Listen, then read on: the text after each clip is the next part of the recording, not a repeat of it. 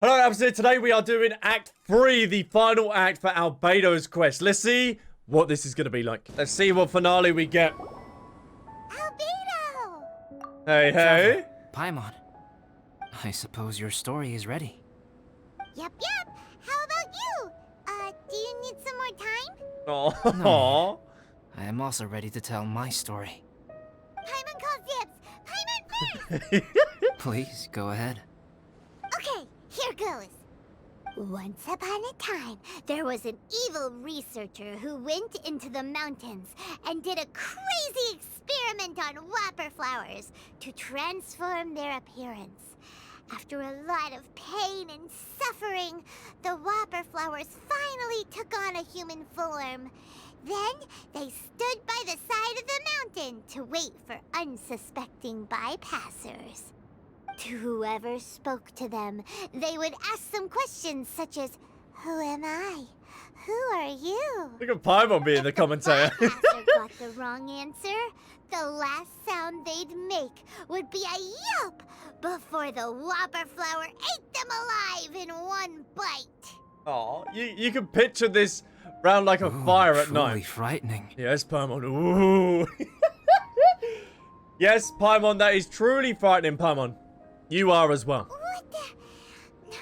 You two aren't scared at all. No, maybe I should just really tough. I don't know. We've been on a roller coaster, haven't we? Nitpicking, okay? If you didn't like the story, go write your own. Oh, easy. Oh, in that case, I would add some horror elements into it then. After the whopper flower eats someone, they would turn into that person. Ooh. Okay, the plot thickens. In other words, the whopper flowers would ambush and then completely replace their victims. And then adopt their newfound identity. This is kind of, hello, foreshadowing. And then what? Go back to where the person lives? Enter their home? Eat their whole family? Oh, easy, this ain't Demon Slayer.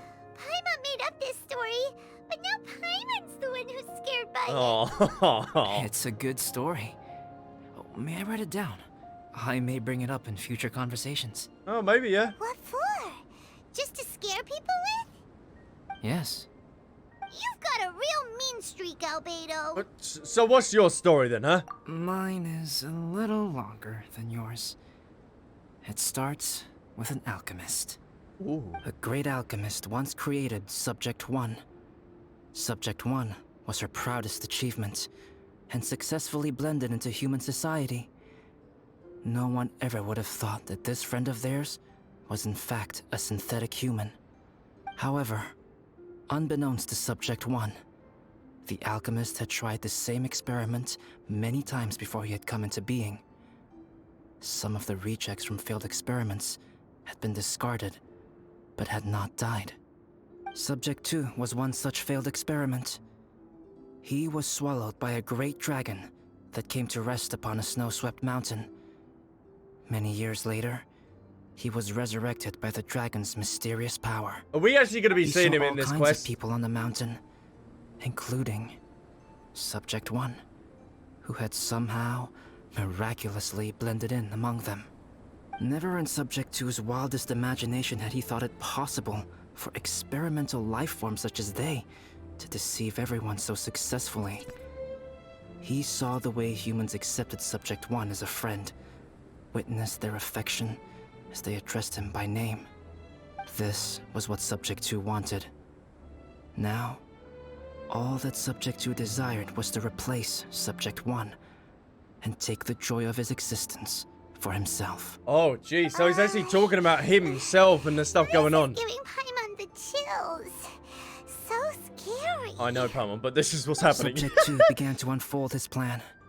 He stole Subject 1's books and notes and studied all that Subject 1 had learned from the alchemist. Subject 2 was highly intelligent, and he learned quickly. He changed his face into an exact replica of Subject 1's face. Then, he found a plant with mimicry capabilities and transformed it using dragon blood and alchemy. Holy damn. And so, not only did Subject 2 transform his own appearance to perfectly match that of Subject 1, he also created a third entity, Subject 3. How many are there? There's 3 of them But Subject 2 wanted to become a perfected human. So, he erased a mark on both his and Subject 3's necks. For these marks were symbols of imperfection. Oh, he purposely erased it then? In my view, it was probably a subconscious act, an instinct. He so desperately craved to become a perfect human being that he forgot something. Human beings are defined by their flaws. Subject 2's plan was meticulously crafted. Subject 3 would draw Subject 1's attention. After Subject 1 disposed of Subject 3, he would assume the threat had now disappeared and would let his guard down. And the other one's still at The large next then. moment that Subject 1 was alone, Subject 2 would make his move. He would eliminate Subject 1 and become the only one remaining. He would secretly replace the Subject 1 of everyone's memories and inherit his identity, residence, clothing, sword, name, and friends. So we're taking out Subject People would 3 have with the no waffle idea flower. that the individual they knew had become somebody else from one day to the next. This is way No. too scary. Paimon's never gonna be able to trust anyone Nope, again. you can't. Not in video games, you really But can't. just before Subject 2 could carry out his plan, a unique stranger entered the mix. Subject 2 tried to make contact with this person, but found that they could somehow sense he was different from Subject 1. Ooh. So they already know of our presence and everything that we've What's got going on. Are you scared? I'm far from scared, you know. What happened then? What happened to the stranger? He became a new stage in Subject 2's plan. One more person that Subject 2 had to dispose of. Ooh. It's as if there were 3 identical roses in a garden.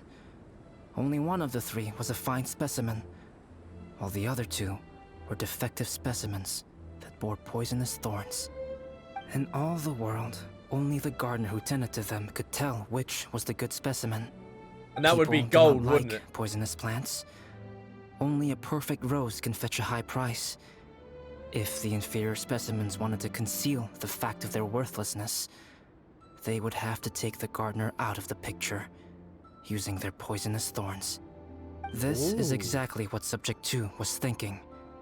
So, he hid in the shadows and waited patiently. Maybe soon, he would get his chance to become truly human. Oh, snap. This is not just a story. No, he's talking about his own personal experience. These are real events Albedo is trying to tell me the cruel and unbelieving truth. That was intense. So what happened after that? Did Subject 2's plan succeed? Paimon can't bear thinking about it. Paimon, you're witnessing it right now. It is just a story.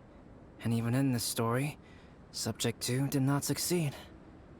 But you can never let your guard down on No, Dragon's one of the Spine. boats will come out and kill Monsters you. mutated with Durin's power and blood are also creatures of Rhine-Daughter, just like me.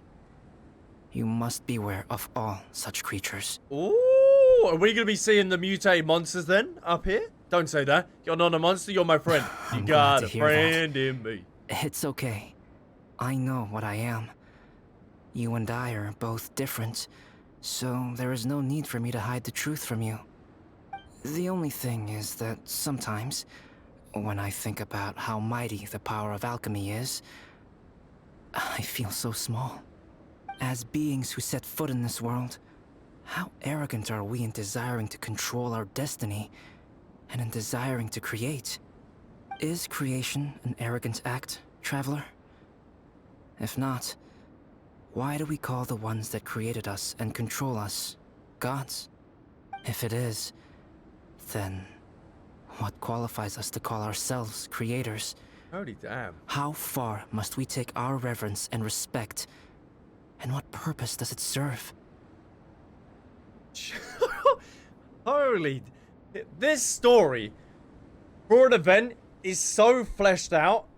Like, holy, this is like up to an Archon standard. How did you feel when he took out the imposter? Nothing special. But whenever I think about it, I feel a twinge of grief. Poor Albedo. Hello? Traveler? Are you here? Hello, is that Amber? Is that Amber? Oh, of course it Thought is, we I might know. find you here. We're here Oh, to and Eula deliver as a well. message from Cyrus. There's gonna be a big event down at the base camp, and they want you there too, Traveler. Oh, hell yeah, I forgot about Winter all that camp is going nearing on. its end. Apparently, even provisional instructors are required to attend. Looks like we need to go, Albedo. Bye for now. Yep, the search for the blender Then I won't continues. keep you. I have some things to attend to here, so forgive me for not seeing you down. That's totally fine, my boy. Don't worry about it. There have been no issues getting up and down the mountain recently. Is everyone ready? Let's not keep them waiting. Oh, let's keep going. Let's move, boys. Huh? Who is this guy? Who the fuck is that guy? Is he Joel's father? No way. No way. Oh! So maybe Joel's father didn't die up in the mountain because he's one of these specimen. Oh, okay. Allow me to introduce Yozerf. He's Joel's father. No, that's sus. That's sus. This is that traveler I was telling you about. The traveler's helped me out loads in the past, and this time we even built a snowman together. Joel has told me everything about you. I can't thank you enough. Nah, sorry. Get away from me, father. Father Joseph, get away from me. Go away. Go away. I'm glad you're finally reunited. No, I'm not glad because that is sus. That's sus. I'm glad you're okay. Yes, child, I'm glad you're okay. Sus here. Look, he's even wearing one of them fancy French hats. You know he's sus. Wow, this is amazing. Oh. Wait a second. Why is Cyrus discreetly wiping tears away? And what is Pallet doing here? Oh, no. Pallet is the hero of the hour this time. Go on, Pallet. Tell us what happened in your own words. Okay. The weather was fine on that fateful day, and I had a feeling that Lady Luck was smiling down on me. So I trusted my gut and set off to explore somewhere new, somewhere dangerous. Because where there is great danger, There is great also booty great bitches. treasure. Why does this sound so hard to believe? But I had only been away from the group for a short while when I fell down a slope and just started rolling. Uh-oh. Yeah, Bennett's... Did my bad luck rub off on him when we ran into each other on the mountain? The place I fell to was somewhere I didn't recognize, and I'd sustained a few injuries. I remember thinking to myself, this is the worst luck I've ever had in my whole Yeah, life. you got that from Bennett. Then I met Yozerf. He'd heard the sound of me falling and came out to see what was going on. Huh? Wow, so it was completely by chance then. Yeah. I thought he must have been someone from the Adventurers Guild here for the event, but after a few words of conversation, it was clear that he was having memory problems. He Maybe didn't even know his own name. Oh, The I temperature wonder was why. freezing, and there was no time to deal with all that there and then. So I convinced him to come back to the camp with me and figure everything else out after we got there. We got back to the camp, ran into Joel, and the moment he saw him, he froze for a second with this completely stunned expression on his face, and then he started crying out, "Dad! Dad!" That's when Yozerf suddenly started to remember. My memory has still not fully recovered. I but wonder why. Joel and his mother, they are the only ones that I will not, no, that I cannot forget. Daddy. I wouldn't be calling him Daddy's Daddy. right here, Joel. I'd call Zhongli Daddy's Daddy. right here. That's not Daddy. Yozerf, don't you remember anything else at all? The poor princess? Feeding the foxes? I'm sorry. I have no recollection. Maybe it's because of the head trauma. Oh, yeah, maybe. I'm not sure. I woke up and found myself covered in blood. My things were gone, and there was nothing to indicate who I was or how I got there. I crawled into a cave and settled in for a slow recovery. After my legs and feet were a little better, my hunting skills were what kept me alive. You sure about that? Dad, I was so worried about you. I'm all right now, Joel. Oh, don't cry. Daddy's not going anywhere. I'm here to stay. Oh, this is good. This is good. Oh, well, that ends well, yeah? This is miHoYo. This is not going to end well. You know what, though? I definitely think my luck got worse after running into Bennett on that mountain. I knew it. I just... Oh. No, I just meant if it weren't for you, there's no way I ever would have run into Yozerv on a mountain this huge. Besides, we got back safely, didn't we? So don't blame yourself. Maybe sometimes miracles can only happen when you get just unlucky enough. Pallet. When did you become such a smooth talker, huh? Oh, smooth criminal. Am I? I was just telling the truth. Yeah, I really don't like how this is going. Yeah. I want to say thank you to the Traveler, Uncle Cyrus, Auntie Eula, and Auntie Amber.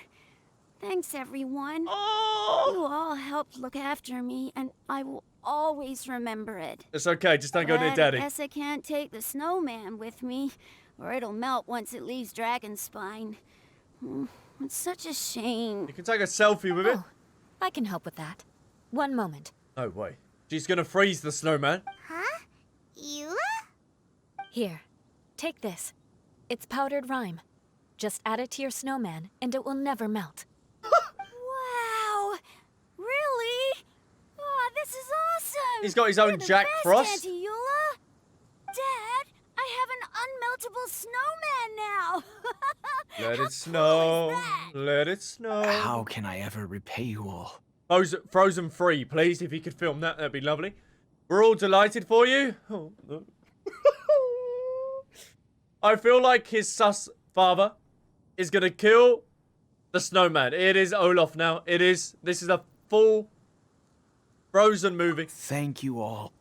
Thank you from the bottom of my heart. There probably isn't no heart in that Dad, chest. I want to go move the snowman. Can we do it now, please? Oh no. Okay. I'll be leaving with Joel now. I'm sure I'll see you all another day. Very well, very well. It's time for Pallet and I to have another discussion concerning his breaches of adventurer discipline. Oh. But Cyrus, I think I kind of made up for my mistakes this time. No, you know? naughty, naughty. See you guys. Look at I Pyro. made this for you and Amber. Think of it as a winter souvenir. Oh, really? Are you sure? This must be really important to you. Come on now, just take it. No need to make such a fuss. Wow. Now our snowman won't melt either. Great. Thank you, Eula. I'll treasure him. It'd be my little geezer. It'd go on the bonsai tree. There it is. You're welcome. Just keep it. That's all I ask. All right, I'll keep the snowman. Amber and I have some business to attend to now. See you later. See Bye-bye. you. Everyone's gone. Seems like they've all got their own stuff to do now. Yeah, we can just sit back and chill, Paimon. Oh, you know what? We've been on Dragonspine all this time, and somehow Paimon still forgot to ask Albedo about how to make a fruit juicifier machine that can keep the juice Oh, fresh. there it is. Uh, It's finally come full maybe circle. we should try Timaeus again. He does seem pretty eager to please after all. Still no bloody blenders, mate. Trying to find these blenders. That is all this quest has been. Have you got the one? Have you got the blender? Traveler and Paimon, what can I do for you? I need a blender, please. Wait a minute. You've got that mischievous look on your face. Oh, you're not still thinking about that ridiculous juicer thing, are you? No, why would I? Yes, will you help us? There's no us in this situation, Paimon. This is all yours. You've always wanted this blender from the beginning. You really have no stake in this either. No, this is not my situation. Well, if the Traveler isn't really interested, then, yeah, maybe I'll give this one a pass. It's just the weirdest request ever. No, but Paimon's Sunsettias are gonna go to waste without it. Just eat them, Paimon. It'll be fine. In the time it would take me to research something like that, I could probably pick those Sunsettias again 10 times over. Yep. New research project, Timaeus? How did Albedo get all the way down to Mondstadt that quick? We meet again. Oh, Albedo, thank goodness. So the situation is, Paimon wants a machine that can turn fruit into juice and keep the juice fresh. I mean, surely it's kind of sus, really huh? important. That's what it is. If you can manage to invent this, we'll never have to worry about fruit going bad ever again. That's impossible.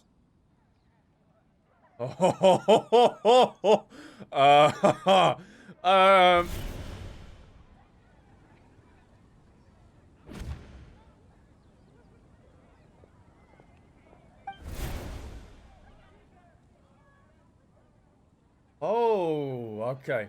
Okay, this is gonna be messing with my head. Wait, his neck. Turning fruit into juice is not hard, but keeping it fresh is more difficult. But if you simply want to keep the fruit from rotting, there are many ways to achieve this. Right, Traveler?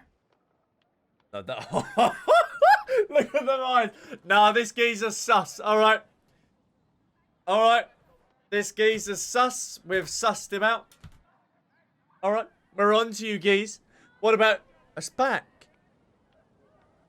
Oh my. What are you, a JoJo? Stop it. Your neck.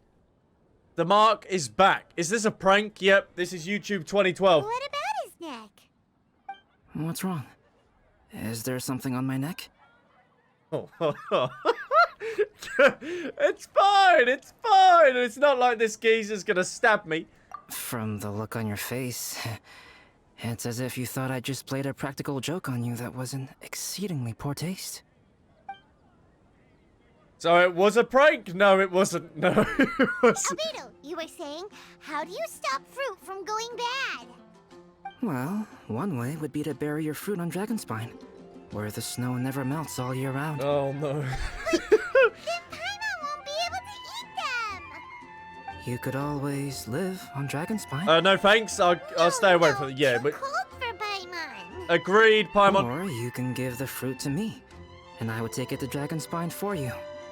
But since you don't like the cold, you'd have to send someone else to pick them up when you want them. This is where you come in, Traveler. Suddenly sounds a lot more feasible with other people doing all the work.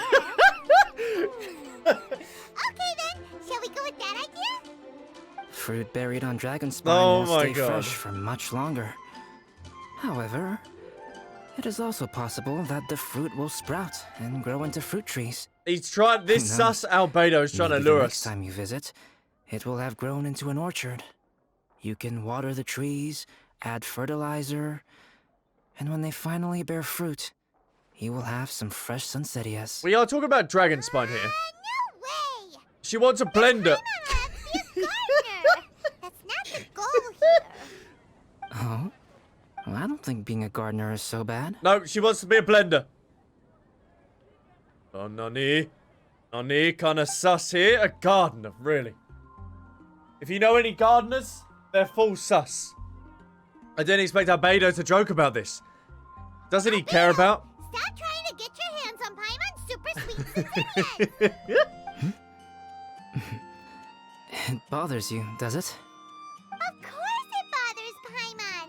They are the rarest, super duper sweetest sensations Rarest? ever. And they're not for you. Okay, but they're just Sunsettias. I think you're only so attached to them because you don't have much fruit of this quality in your possession. When someone's pockets are full and their spirit is fulfilled, they don't easily fall prey to this kind of yearning. Really? I see, that makes a lot of sense, yes. We're investigating the sus boy, his smile, his looks, his eyes. Everything about it.